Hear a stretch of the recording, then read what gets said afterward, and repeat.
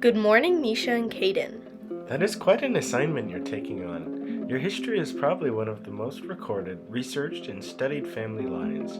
It starts in Austria, then Transylvania, Romania, South Russia, Ukraine, and the USA. Your family history, Misty's family line, involves the Catholic, Lutheran, Hutterite, Mennonite, and Baptist faiths. It was their Christian faith over the years that often forced them to migrate to other countries for their very survival. The reason your family line is so researched is because of the Hutterite faith. None of these groups survived more than 1 century, but the Hutterites started in 1528 in Moravia, and today in North America have over 450 communal settlements, with the membership well over 55,000 members. The Hutterites kept very detailed records over the centuries and still do today. Researchers, genealogists, economists study their migrations and lifestyle constantly. It was those records and the research that provide for you to have a family history of both Grandpa Gordon and Grandma Sharon.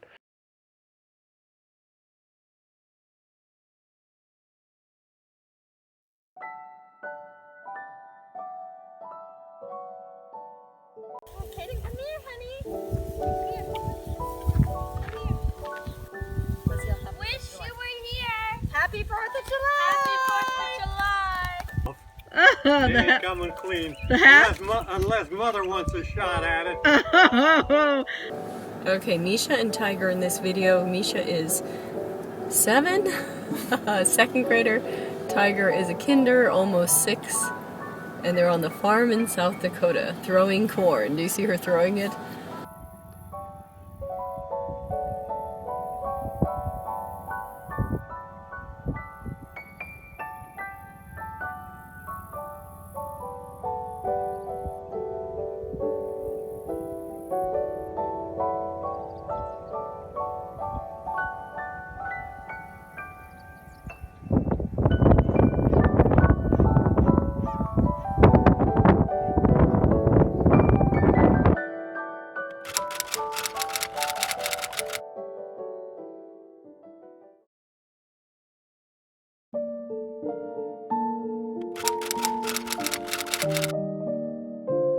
One of the traditions we had at Christmas was that my mother would decorate our dining room. We did not have a Christmas tree until I was about 17 years. By then, we girls did the decorating. When we were young, she had red and green Christmas ropes that she would pin to the corners of the room, making an X about a foot from the ceiling. On this, she would put bulbs and other decorations. I think she wanted to make sure we don't mess with them. We also had certain dishes that we used only at Christmas to put in: nuts, peanuts, figs, dates, and other Christmas food that we only had during that season. We did not hang up stockings. But on Christmas Eve, we put out a small bowl, which when we got up on Christmas Day was filled with peanuts, a fruit, some candy, and nuts. Beside the bowl, there would be one present. Some of the things I got was my only doll. It had a wooden head, and the eyes would open and shut. My mother made us outfits for them out of used material that was not needed anymore. She did not need a pattern, but was able to make her own. I also got a Bible, a heart-shaped locket, a wristwatch with an expansion bracelet that was full of blue stones. That is all I can remember at this time.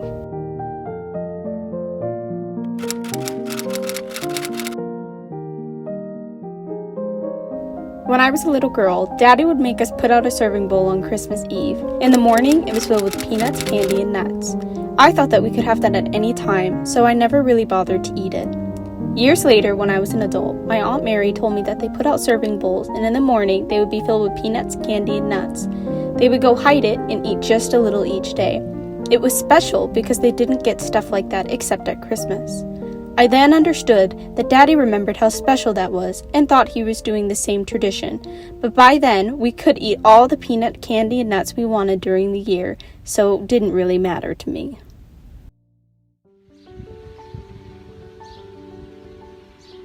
My name is Misha. I'm 11 and 4 months, and it's 2015. And my name is Caden. I'm 9 years old, and it is December 2015. And who gave you that gift? Uncle! And what do you say to him? Thank you. You're welcome.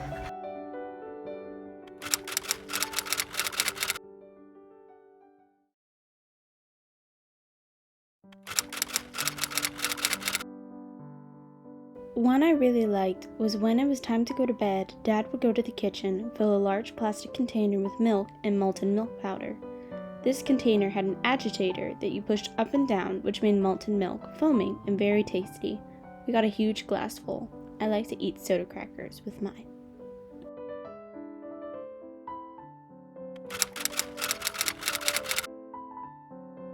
I am trying to remember some things about my family. At Christmas time, we used to put out a large plate on Christmas Eve. In the morning, it would be filled with peanuts, nuts, and candy. One year, there was a new bicycle by my plate. I remember having to wait until it was warmer to learn to ride it. When I tried driving it, I drove it into a large snowbank. I also remember Sharon and I each got a doll for Christmas. I still have mine today.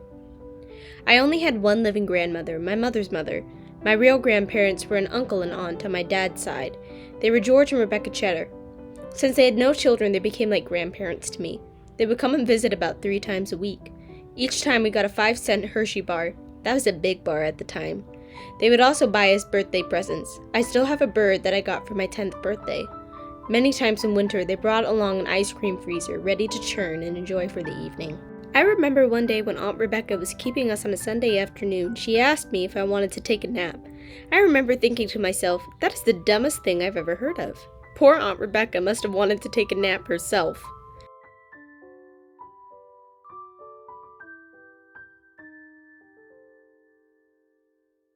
I had a happy childhood. I am thankful for my extended family and the good times we had.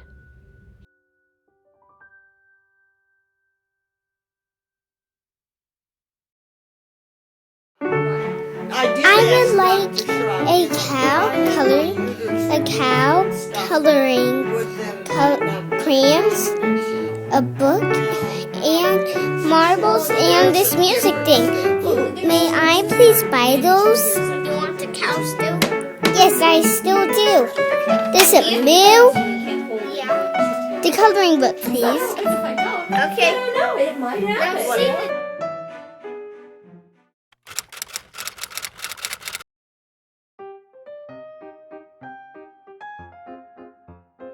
Our people came from Germany into the Ukraine around 1775 when the ruler, Tsar Catherine the Great, wanted good farmers to farm the land. Now Ukraine, she had just gotten in a war with Turkey. She gave special privileges such as not having to go to war, free land to farm, have their own schools, rule themselves, and speak the German language. Our people did well in Ukraine. The years went by and they prospered, and that went on for 100 years. But suddenly things changed. Catherine the Great died, and the next ruler decided it was time that our people's special privileges came to an end. They said that our people needed to learn to speak Russian, send their children to Russian schools with Russian teachers. Their men would have to go to war like Russian men had to, and they gave them 10 years to get used to this before they would be enforced. This was very upsetting to our people. They started thinking of moving to America in hopes of getting permission to have the same freedoms they'd enjoyed for 100 years in the Ukraine. They decided to have some of their leaders go to America and try to find a spot in the United States or Canada which would be available to settle on. 12 men were chosen. One of them was the great-grandfather of my husband, John Gross. His name was Lorenz Cheddar. They went all over the United States and Canada trying to find land as good as they had in the Ukraine. They then went home and reported their findings to the Hutterite and Mennonite people living in the Ukraine. So starting in 1874 to 1879, groups of families sold their homes and property and sailed to America. My father-in-law, Paul D. Gross, was 1 year old when his family arrived in the United States. They did not get the United States to give them special privileges like they got in the Ukraine. However, they did get 160 acres of land for a very low price if they lived on it for 5 years, and another 160 acres if they planted a few acres of trees on that claim and stayed for 5 years. And that is how our ancestors got here almost 150 years ago.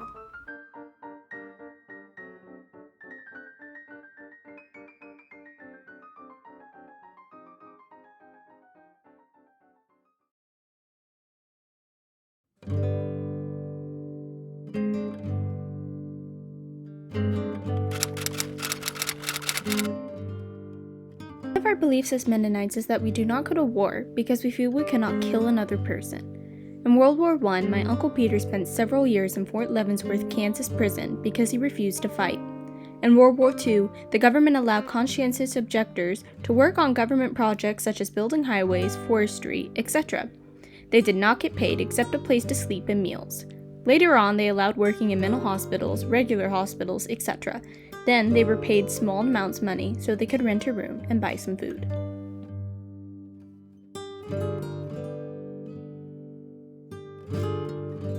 (1918 through 1919). Paul M. Waldner was sent by his mother to live with Uncle Christian Waldner in the newly built Raleigh colony near Cardston, Alberta, Canada.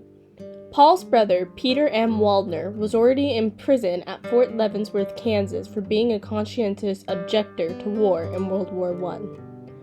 Paul's mother was a widow. Her husband, Martin M. Waldner, died in 1914. It is said that she has one son in prison, but there will not be a second son.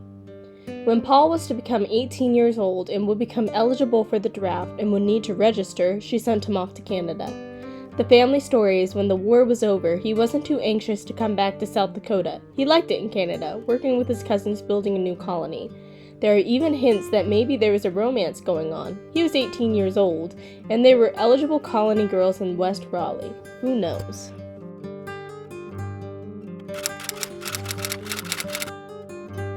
Food is the only tradition we follow faithfully. Poppy seed rolls were a must at holidays. We pretty much ate traditional German foods every day, so now we only make them on special occasions. Whenever we want to eat a favorite meal, we make beef stew, sauerkraut, fried potatoes, a salad made with sour cream and eggs, and various kuchen, a type of custard pie. Noodle soup made from scratch is also traditional.